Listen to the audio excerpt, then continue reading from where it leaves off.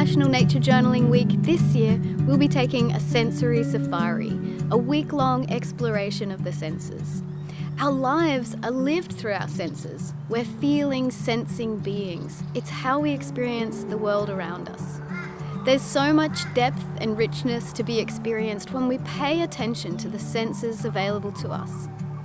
During the week, we will focus on one sense every day, noticing and enjoying the experiences and putting these down on the pages of our journals.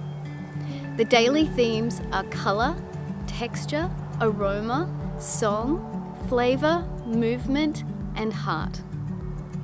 We'd like to acknowledge that some of these senses aren't available to every person, so if this is the case for you, we invite you to focus on the other senses in whatever way feels meaningful to you.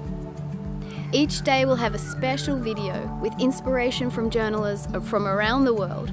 These videos will introduce the topic for the day and show how others like to explore that particular sense in nature around them. We'll also have daily live and pre-recorded workshops for you to join, as well as a whole range of nature journaling prompts and a few giveaways. We're so glad that you're here for this global celebration. Explore the website, join in with the events, and most importantly, go outside and immerse yourself in the sensory experience of nature. Have a wonderful week.